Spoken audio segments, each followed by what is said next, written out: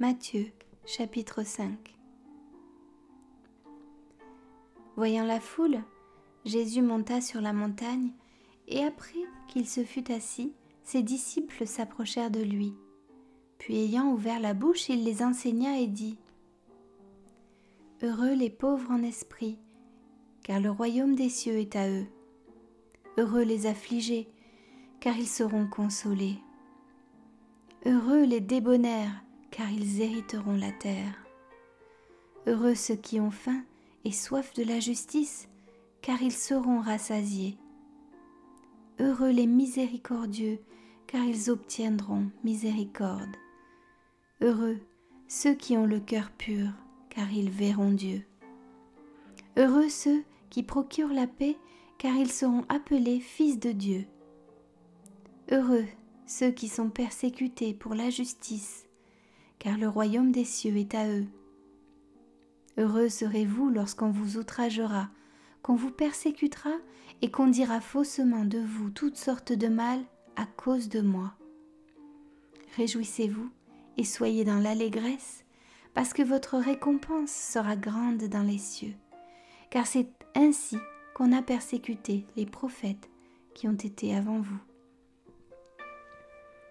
Vous êtes le sel de la terre, mais si le sel perd sa saveur, avec quoi la lui rendra-t-on ?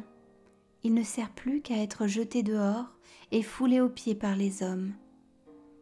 Vous êtes la lumière du monde. Une ville située sur une montagne ne peut être cachée, et on n'allume pas une lampe pour la mettre sous le boisseau, mais on la met sur le chandelier, et elle éclaire tous ceux qui sont dans la maison. Que votre lumière luise ainsi devant les hommes, afin qu'ils voient vos bonnes œuvres et qu'ils glorifient votre Père qui est dans les cieux.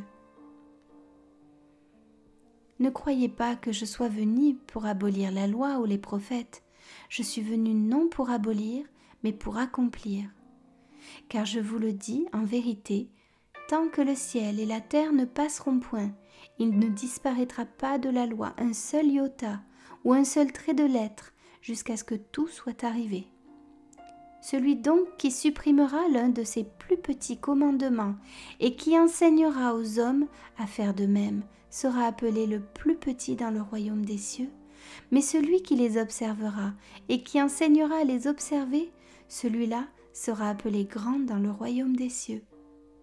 Car je vous le dis, si votre justice ne surpasse pas celle des scribes et des pharisiens, vous n'entrerez point dans le royaume des cieux. Vous avez entendu qu'il a été dit aux anciens : tu ne tueras point. Celui qui tuera mérite d'être puni par les juges. Mais moi, je vous dis que quiconque se met en colère contre son frère mérite d'être puni par les juges.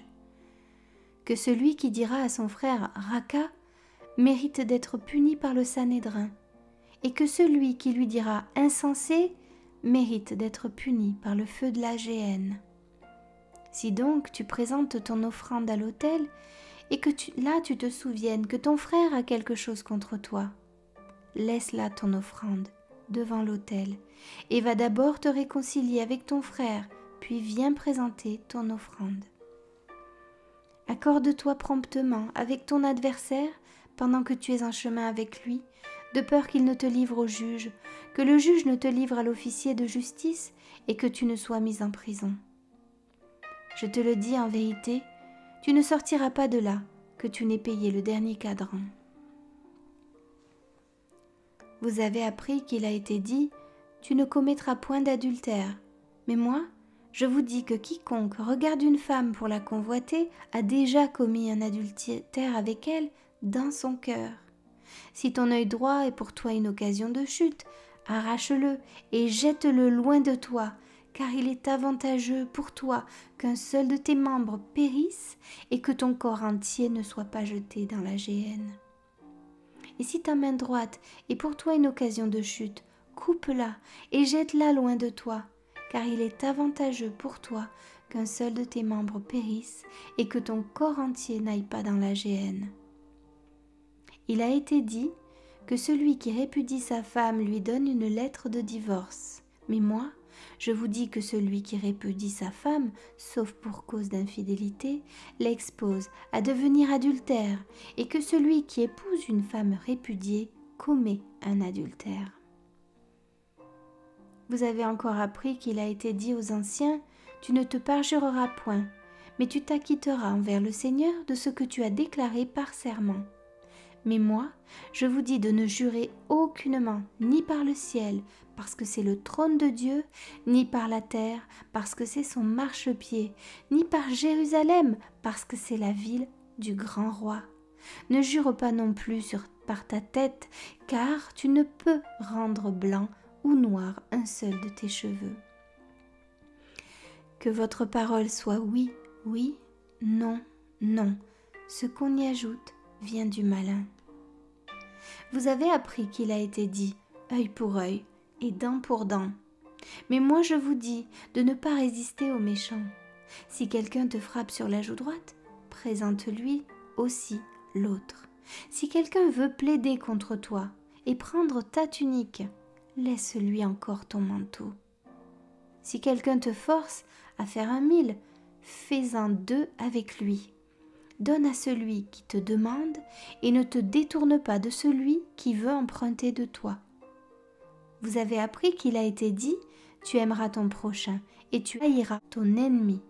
Mais moi, je vous dis, aimez vos ennemis, bénissez ceux qui vous maudissent, faites le bien à ceux qui vous haïssent et priez pour ceux qui vous maltraitent et qui vous persécutent, afin que vous soyez fils de votre Père qui est dans les cieux, car il fait lever son soleil sur les méchants et sur les bons, et il fait pleuvoir sur les justes et sur les injustes.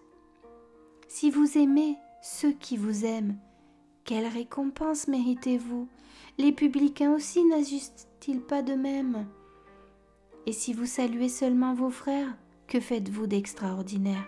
Les païens aussi n'agissent-ils pas de même? Soyez donc parfaits, comme votre Père céleste est parfait.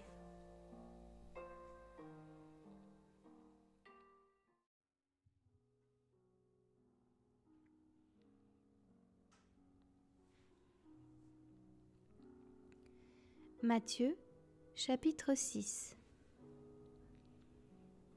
Gardez-vous de pratiquer votre justice devant les hommes pour en être vus. Autrement, vous n'aurez point de récompense auprès de votre Père qui est dans les cieux.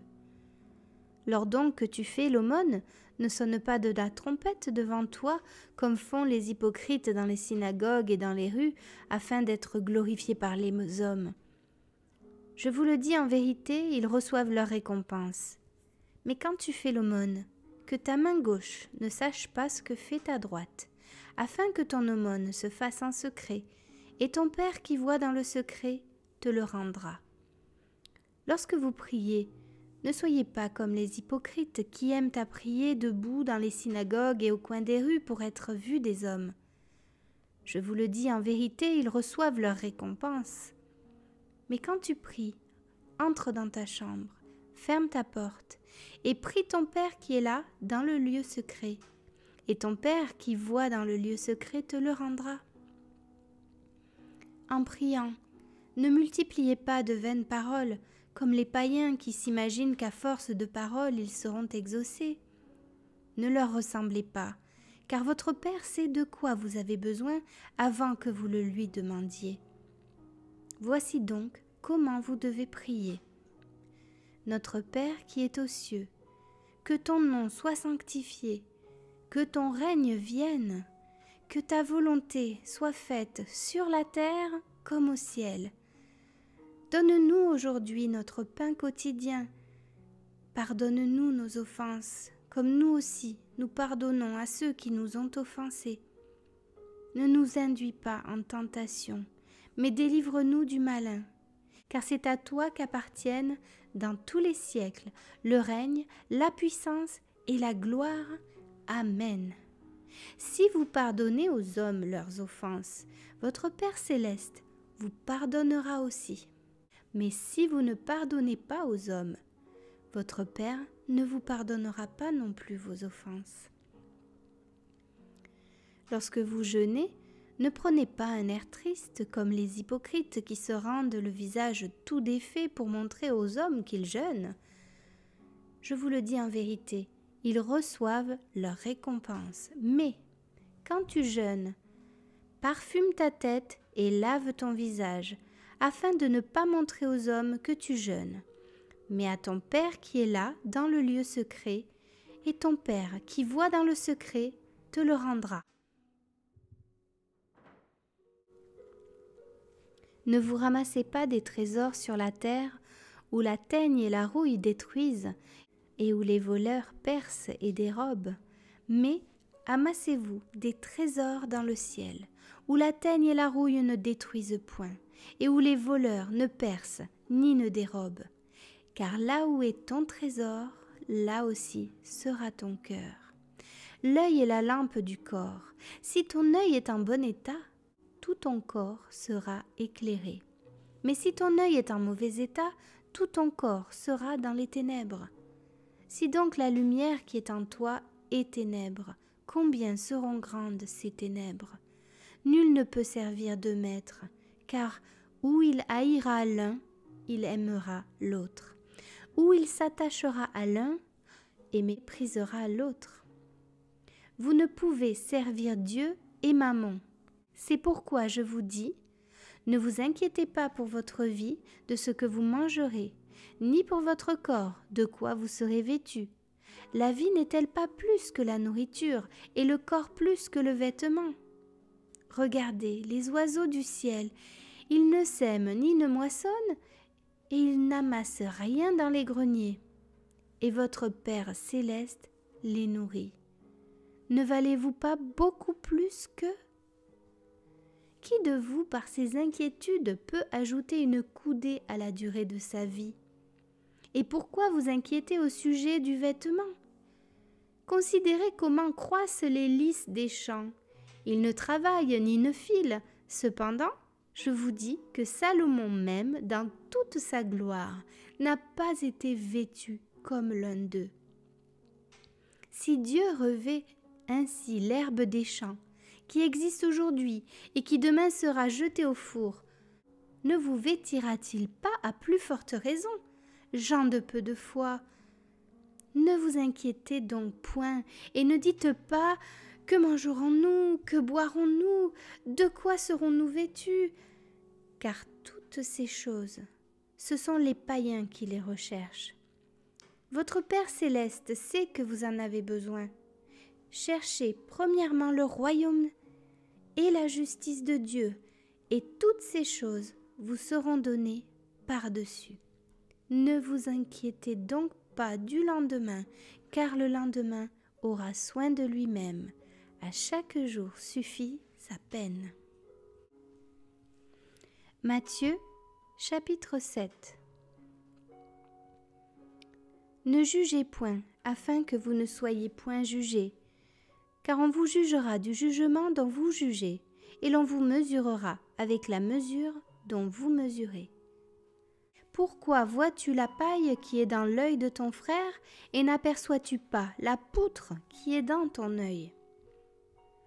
Ou comment peux-tu dire à ton frère, « Laisse-moi ôter une paille de ton œil, toi qui as une poutre dans le tien » Hypocrite, ôte premièrement la poutre de ton œil, et alors tu verras comment ôter la paille de l'œil de ton frère.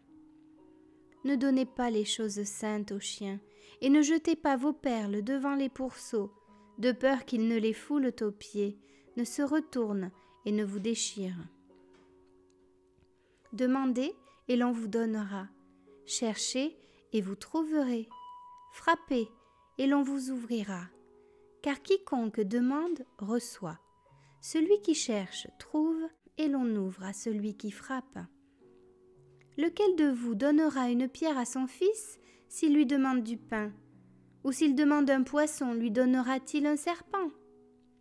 Si donc, méchants comme vous l'êtes, vous savez donner de bonnes choses à vos enfants, à combien plus forte raison votre Père, qui est dans les cieux, donnera-t-il de bonnes choses à ceux qui les lui demandent?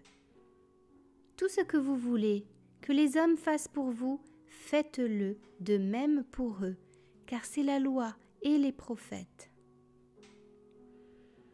Entrez par la porte étroite, car large est la porte, spacieux est le chemin qui mène à la perdition, et il y en a beaucoup qui entrent par là. Mais étroite est la porte, resserré est le chemin qui mène à la vie, et il y en a peu qui les trouvent. Gardez-vous des faux prophètes. Ils viennent à vous en vêtements de brebis, mais au-dedans, ce sont des loups ravisseurs.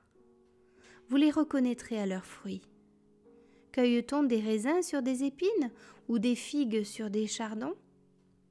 Tout bon arbre porte de bons fruits, mais le mauvais arbre porte du mauvais fruit. Un bon arbre ne peut porter du mauvais fruit, ni un mauvais arbre porter de bons fruits. Tout arbre qui ne porte pas de bons fruits est coupé et jeté au feu. C'est donc à leurs fruits que vous les reconnaîtrez. Ceux qui me disent « Seigneur, Seigneur » n'entreront pas tous dans le royaume des cieux, mais celui-là seul qui fait la volonté de mon Père qui est dans les cieux. Plusieurs me diront à ce jour-là « Seigneur, Seigneur, n'avons-nous pas prophétisé par ton nom ? N'avons-nous pas chassé les démons par ton nom ? N'avons-nous pas fait beaucoup de miracles par ton nom ? » Alors je leur dirai ouvertement, « Je ne vous ai jamais connus. Retirez-vous de moi, vous qui commettez l'iniquité. » C'est pourquoi quiconque entend ces paroles que je dis et les met en pratique sera semblable à un homme prudent qui a bâti sa maison sur le roc. La pluie est tombée, les torrents sont venus, les vents ont soufflé et se sont jetés contre cette maison. Elle n'est point tombée, parce qu'elle est fondée sur le roc. Mais quiconque entend ces paroles que je dis et ne les met pas en pratique sera semblable à un homme insensé qui a bâti sa maison sur le sable. La pluie est tombée, les torrents sont venus, les vents ont soufflé et ont battu cette maison. Elle est tombée et sa ruine a été grande. Après que Jésus eut achevé ce discours, la foule fut frappée de sa doctrine, car il enseignait comme ayant autorité et non pas comme leurs scribes.